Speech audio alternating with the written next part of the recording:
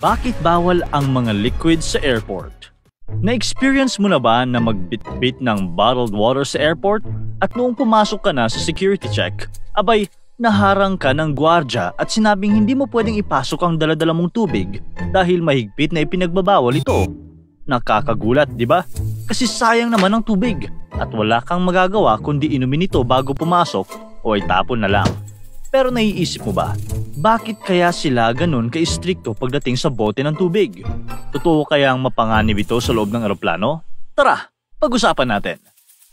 Ang daming insidente kung saan, kahit anong dahilan at okasyon, bawal ang anumang liquid na lampas 100 ml sa flight.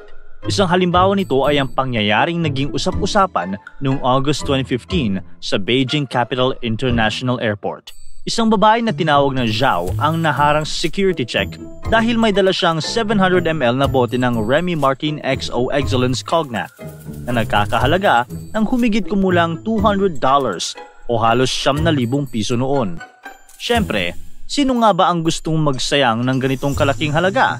Dahil bawal ang mga liquid na higit sa 100 ml sa hand luggage, pinili ni Zhao na inumin ang buong bote imbis na itapon ito. Pagkatapos, natagpuan siyang gumugulong sa sahig at sumisigaw sa boarding gate dahil sa sobrang kalasingan. Dahilan para hindi siya payagang sumakay sa kanyang flight at dalhin sa ospital.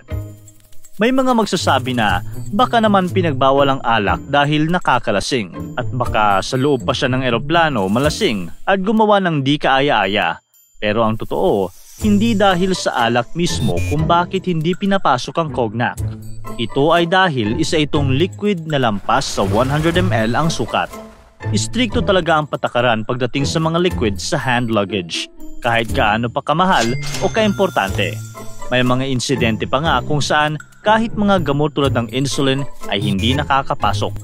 At iba pang importanteng bagay tulad ng baby formula o breast milk kung hindi nasusunod ang tamang sukat. Pero bakit nga ba bawal? Sa Pilipinas, katulad sa ibang bansa, mahigpit na ipinapatupad ang mga rules tungkol sa pagdadala ng mga liquids, aerosols at gels o lags sa carry-on bags. Ang Manila International Airport Authority o MIAA at iba pang paliparan sa bansa ay sumusunod sa mga international regulations para masiguro ang kaligtasan ng mga pasahero at ng eroplano.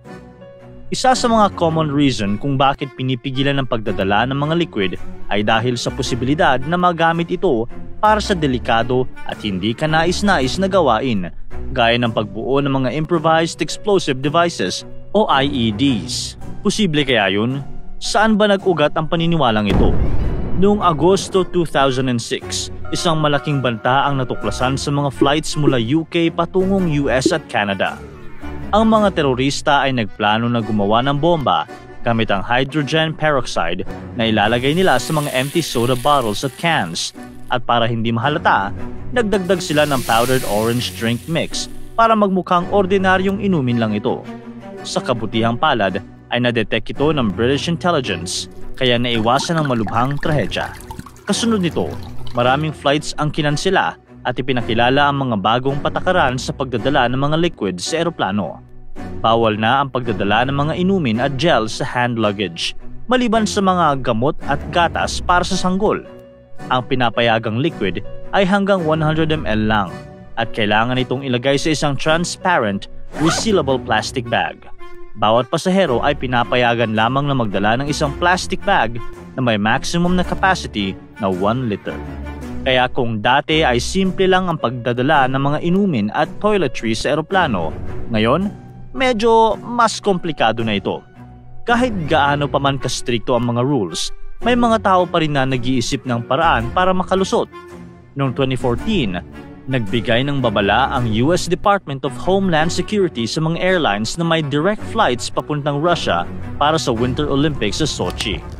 Ang babala ay tungkol sa posibleng banta ng mga explosive materials ay maaaring itago sa mga toothpaste tubes base sa bagong intelligence information na kanilang nakuha.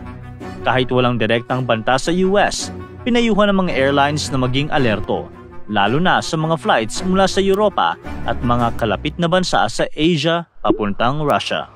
Ngayon, hindi lang dahil sa terorismo nangyayari ang ganitong mga pakana. Ang mga smugglers ay gumagamit din ng mga liquid para itago ang mga illegal na gamot.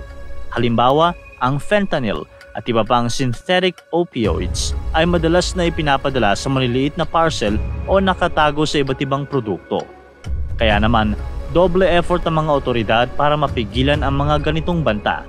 Kasama rito ang pag-develop ng mga modern technology para matukoy ang mga explosive at bawal na ingredients at ang mas mahigpit na patakaran sa pagdadala ng liquids sa eroplano.